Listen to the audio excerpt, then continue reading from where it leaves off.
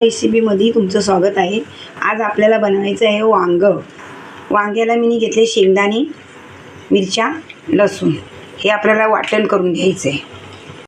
आपण शेंगदाण्याचा मसाला वाटून घेतला आहे। त्यात लसूण होता, मिरच्या होत्या आणि शेंगदाणे, हळद, लाल मिरची, तुम्हाला कसं तिखट पाहिजे तसं टाका, जास्त तिखट नका करू, धना पावडर, चवीपुरतं मीठ, कोथिंबीर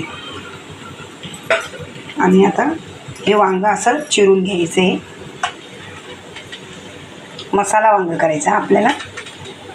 तेव्हा असं चिरलं ना त्याला पाण्यात टाकायचं आहे। थोडं थोडं पाणी टाकून मसाला मिक्स करायचा आहे। सगळा मसाला मिक्स करून घेतला का वांग्यात भरायचा आहे। चांगलं दाबून भरायचे आहेत वांग्यात, सगळे वांगे असे भरून घ्यायचे।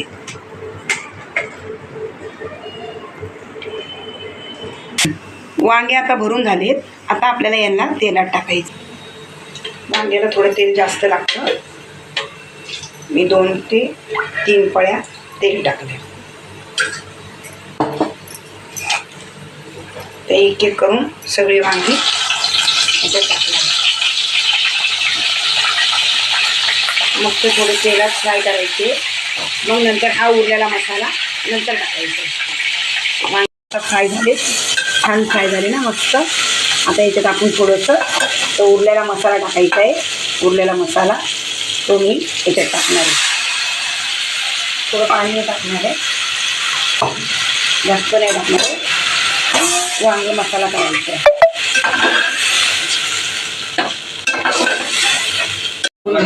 झाली का वांग तयार झाले, छान दिसते ना, ग्रेव्ही बी आली त्याला।